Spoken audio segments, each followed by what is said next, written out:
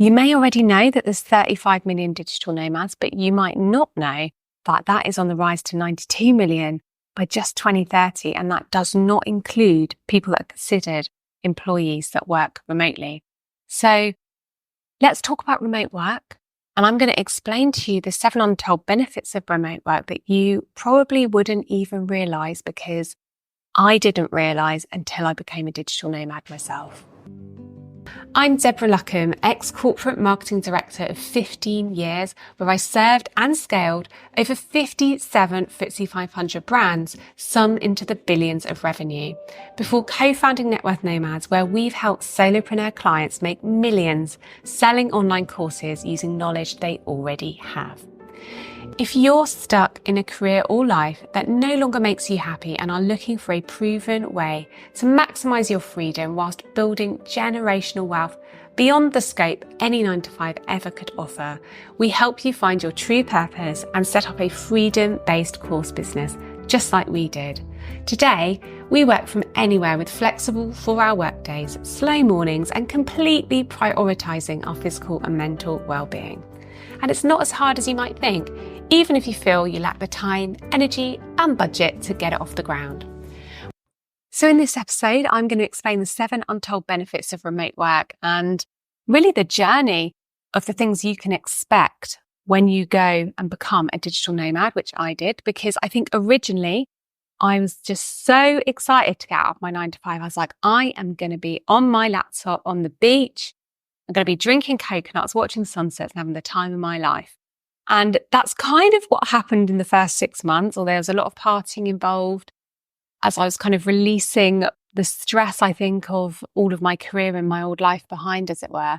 But actually, so much more happened, so much magic happened, and so many changes that are very subtle take place with your lifestyle, with your life, with your personality, with your relationships that nobody's writing about, no one's talking about it, and no one's really explaining it to people that are stepping into this whole digital nomad culture. So I'm going to cover them with you now, and it's so much to look forward to, you guys. The first thing, I really believed that because I felt unfulfilled and unhappy in my kind of matrixy life, if you like, my 9-to-5, my career, that by becoming a digital nomad, I'd automatically find happiness. That is so much deeper than that. And it was very surface level of me to think that I was just going to be taking my way of thinking and putting it on a beach with a laptop, because actually what happens is your whole consciousness opens. And that moment when you've pulled the rug away from yourself and you realize, hold on, I don't have to follow these rules anymore. I don't have to be up at a set time because I'm making my own routine here. And you realize that the TV you watched is now not available and none of the things actually matter that were on the news particularly. Or if they do matter, they're global issues, which are told a completely different way in every country that I've ever visited. And you really have that, oh my God, moment of going, well, hold on, if I'm not in this system and I don't have these rules and none of the information that I was being given is really relevant in this new place I'm in, so do I need to think about it anymore? It actually creates a huge sigh of relief and spaciousness in you, because all of the things that were kind of tensing up your nervous system start to just peel away because they're not actually on you anymore. And you kind of become a little bit more open to new ideas. And off the back of it, you start doing work on yourself. And this is what I find really funny, because I just thought I was going to be happier because I was on a beach and that's what I dreamed of. But actually, the inner work is what has made me happier. And that can only happen when you have spaciousness and you're not constantly having to worry about rules, bills, routines, and all of these things. But your general vibration, your general happiness, you do get happier, but it's so much deeper than you could imagine it would possibly be. And I know from people that I've worked with, that I've helped to become digital nomads, even knowing my journey and going on their own journey, nothing could prepare them for just how amazing it is. And it's so funny because even after years and years of traveling, I still practically every day, I'm like, I'm so grateful for my life. I'm so grateful for my life. And I'm not the only one. Most of the people I know that are digital nomads say it all the time, because it's so incredible, the concept that you can live anywhere in the world to your own rhythm and your own rules and your own routines. So Number one, of course, was happiness. And that's going to bring me very nicely onto explaining this whole coconut sunset malarkey, because I just had this dream that I could sit on a beach, drink a coconut and watch a sunset. And that was a very glamorous dream to me. But the reality of it is so physical in your body that I want to take this a little bit deeper with you, because it's not just about feeling relaxed and having a coconut. What happens is, you're on the beach, but you very likely haven't got shoes on, and you start grounding. The moment you ground, I don't know how many of you understand earthing, but the moment you have your bare foot in touch with the vibration of our planet, Mother Earth, we are neutralizing and connecting with the Earth's vibration. And it really, really brings us into coherence within our cells and within our body, within our energy. And whether you're spiritual or not, this is science. So when you ground and you earth, and you can look this online at pictures of your red blood cells, but after 20 minutes of grounding every day, your red blood cells stop being stuck together like little snakes inside your veins, and they spread out into bouncy little circles. And the knock-on effect of that is you get 70% more oxygen circulating in your bloodstream, which is taking more nutrients around your body. So it's helping your body heal, not just by giving you more oxygen, but by giving you more nutrients as well. So not only are you relaxing, but you're physically healing your body. And it's so funny to me, again, because I used to dream of coconut sunsets. I thought, oh, what it would be to just sit on the beach, even one day a week, and look at the sunset and have a coconut. How nice would that be to really be in sync with the circadian rhythm and to just be enjoying my life and fit loose and fancy free. And I had not considered the earthing element at all. And of course, if you're really into this, which I am, you'll also know all about EMF, energy fields, and how much earthing relaxes your nervous system. So if you've come from a high stress environment, a career, the reason you probably seek nature out, particularly the beach and the sea and the sunset, it's your inner intuition knowing that you just need to be still, to stop, and to just let go and relax. And we just lead such busy lives behind in the UK that we have no time for any of that. And even anyway, we don't have the opportunity for sunset because, of course, the weather most of the year round isn't that great in England. You know, it's raining, cloudy 80% of the time. And when it is sunny, you are in the office way too long before the sun sets. So you're never, ever getting that opportunity. So really and truly, when you think of a coconut sunset, I can guarantee to you that what it is about to do for your body is transformational. And that leads me on to the third benefit of remote work, which is hobbies. Now, I'm going to ask you right now to think of what your hobby is, because this is a little bit of a trick question. But when I first arrived in Bali, I drank for about 6 months. I was partying. I was very much living a UK rhythm in a tropical island. That was my mindset. And that, I really believe, is part of the process for everybody when they really come out of what was programmed from them. At first, they live their programmed life in a new location. And I thought that was fun because we're taught that that's fun. We're taught that at the weekend we drink alcohol, go to a restaurant, go to a club, and even if we're around a family's house, even watching a Netflix, would get a bottle of wine, beer. You know, we're taught to drink from a very, very young age. And what I actually realized when I stopped drinking was that I had this time on my hands and I had this new routine, which wasn't so new anymore. And when I looked into it, I realized that I didn't actually know what I liked because everything I thought I liked had been programmed into me by society. So one of the most amazing things that happens to you when you become a remote worker and when you become particularly a digital nomad is you have this extra time available to you. You start to think, what am I going to do with this spare time? Because I know from my experience when I was in the UK, I was so knackered by the time I'd commuted home that really watching Netflix was just about all I could manage in between eating.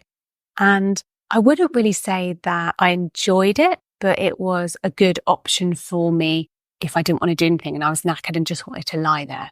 So really, you're really very inactive in your UK lifestyle, but you come, of course, you get into the sun, you get more energy, plus having more time on your hands, you start doing more activities, more gym, more yoga, more paddle, whatever it is that you're going to get into. But you actually have time to really think, what do I like doing? And for me, I ended up going back to art because I did art at school. And then, of course, you go into 9-to-5 life, you stop doing all of these enjoyable things because you don't have time, you move house, you take on more adulty role, if you like.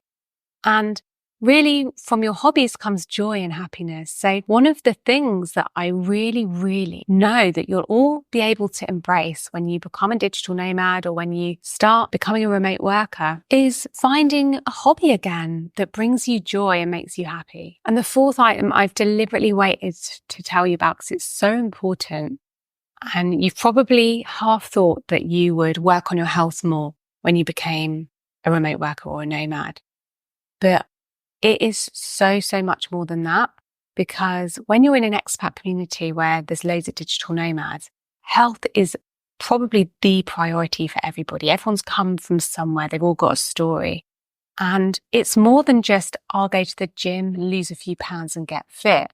We all start getting really into age reversal and really addressing all the health concerns that we've built up over the years. And for some people, they've got really tight backs, damaged knees because their joints are so tight and all these things.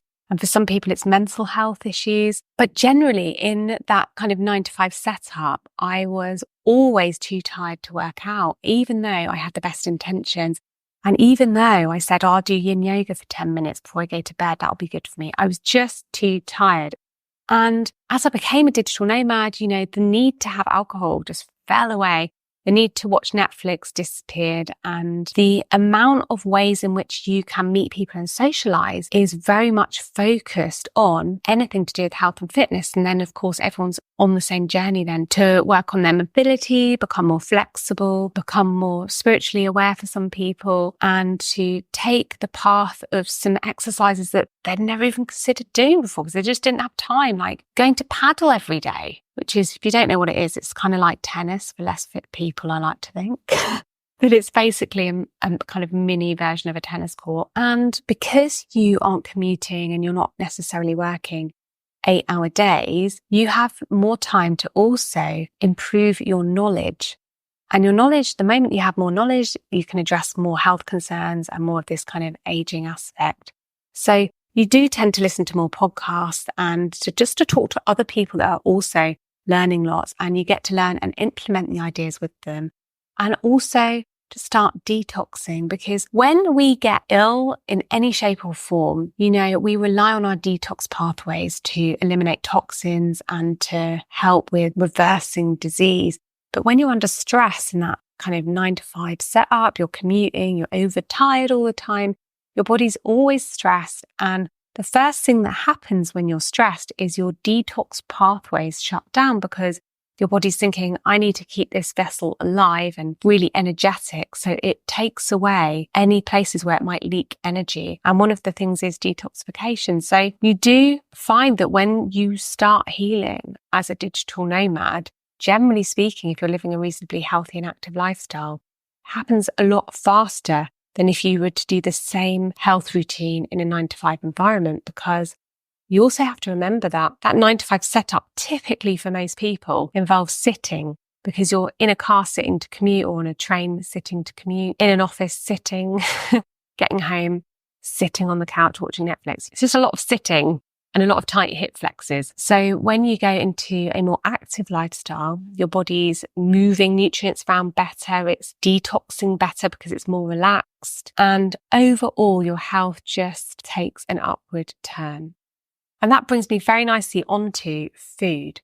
And I know if I'm sat in Bali, you're probably thinking, yeah, well, food's really cheap out there, so everything's gone up in the UK and America, and I just don't know if I can eat healthily because it's costing a lot of money. I don't have budget for it. But Bali and Asia and South America aside, I really believe that you will eat better when you're a remote worker. And I know it's probably not something you fully considered, but what I found was I was very much in a rhythm in that corporate life where I was so tired, I couldn't be bothered to cook. And I was very much grasping for foods that would satisfy me straight away. So it needed to have sugar in it or a lot of carb in it. Or I was really feeling lazy. So I was grabbing whatever was sold as a takeaway, which was very much at the time processed food. Generally speaking, the foods that are available for takeaway or to buy that are pre-prepared have a lot of chemicals in them. And nothing can quite prepare you for how you feel when you can eat well all the time. And one of the benefits of being a digital nomad is you can live somewhere where you really love the food and you can, for me personally, I'm a massive juice connoisseur and I love the fact that I can have a juice every day. If I was back in the UK with my juicer, it would take me 45 minutes of time that I won't get back just to prepare and drink a juice. Where here, I've got that extra 45 minutes in my day and I can have the juice made freshly and brought to me.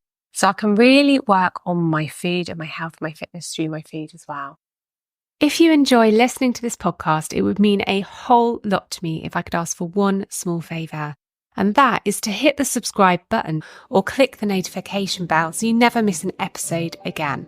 This helps us reach more people like you that might need our help, whether feeling stuck in a job they hate or just aware that life is passing them by and their daily reality isn't making them fulfilled or happy. This enables us to make more content that gives you real actionable strategies to create a life of freedom, wealth and purpose. You'll also impact our mission to support the water crisis, since some listeners become clients. And for every client we work with, we donate towards building water wells in vulnerable communities. So by your simple action of hitting the notification bell or subscribing, you're also contributing to the ripple effects of our deeper work. So we really appreciate your support. Which brings me on to point 6, which is a spiritual awakening. Now, you don't need to be religious. You don't need to follow a religion to have a spiritual awakening. But I would describe it more as an awareness that happens to people. And I honestly can tell you that I look back at my 9-to-5 life now and it feels like a past life. It feels like an old life. And I actually feel a bit sorry for myself looking back at the life that I had and that I put up with it for so long. And because I'm just not connected to that person was. Because as you become more conscious, more aware, you start living and becoming more happier, your vibration raises and you start making decisions for you that come more from you. You start pleasing less people and becoming more selfish, which is a good thing. And I think in society, we're taught not to be selfish and to be selfless and to people please and all these things. But actually, if you can't put yourself first and be number one in your life, then how can you ever let anyone else in or have children, you know? So you do start living by your own terms. And because you're changing like that, you meet other like-minded people and that collectively starts raising your vibration even higher. And just naturally, guys, you start to complain less and do less of the things that make you feel rank, like watching TV, playing video games, gossiping. And you don't even realize that these things are really, really heavy on their energy until they all fall away from you. And then you're put in a situation where it's happening again. It feels heavy, it feels icky, and you just want to walk out the room. Yep, a few years ago, you'd have been in that situation very comfortably. So what I would say to you, if you're not somebody that considers yourself spiritual, is that be prepared for the fact that your general vibration, which is just science, guys, your vibration is going to raise, your energy is going to raise. And that brings me on to the last wildest point that I always think, oh my God, which is that nothing can prepare you for Pandora's box. So you all hear about this concept of Pandora's box, and when it opens, you can't go back. And honestly, I feel like it's more true than you could possibly realize it is. And I honestly don't know one person that's ever taken to digital nomad life. Even someone that's maybe come to Bali on like a month's trip or a 2-month trip. They've come, the box has been open for them, and they're like, how do I make this a long-term thing? How do I stick with it? And for those that have tried to go back, everybody that I know has returned. And it's not because life's better so much as just that their whole being has changed and upgraded. So it's kind of like having an upgrade on a conscious spiritual level, even if you're not spiritual. And it's not just the fact that you can eat healthier and more free time and live in the sun. It's more than that. It's on a real soul level. So those are the 7 benefits, guys, that you just couldn't possibly think of without experiencing them. But I highly recommend this lifestyle. And if you have any questions, I'd love to know them. And if not, I'll speak to you very soon. Time is our most valuable resource, and every moment that we aren't fully happy or with purpose is a moment wasted. For us, waiting 40 years to retire and do the things we dreamed of when we were too old to enjoy them was really not an option we were willing to accept anymore.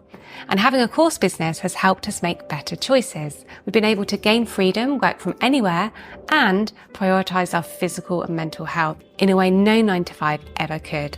And there's never been a better time than now to create an online course. With the e-learning industry worth $399 billion and set to reach $1 trillion by 2032, it means more buyers are looking to self-educate online, giving course creators predictable, scalable income that can create generational wealth. And it all starts with saying yes and taking action, even if it feels totally new or outside of your comfort zone. Through Networth Nomads, we offer ethical business coaching to help you identify and validate your course or coaching idea, build, launch and scale it using automations so that you can enjoy as much free time as possible. But more importantly than replacing your income or making 7 figures as some clients do, we help you develop your business mission for purpose so you can earn more to give more. So if you're ready to redesign your own life with intention and not by society's expectations but your own rules, then join us in a safe and supported environment where we give you a structured plan to follow. You can start with a free training to gain a deeper understanding of the opportunity, or if you're ready to work with us, you can join our programs directly using the links in the show notes. And if you have questions before joining and want a free 20-minute strategy call to explore how this can work for you, you can book a call. Simply follow the link best suited to you, and thank you so much for tuning in.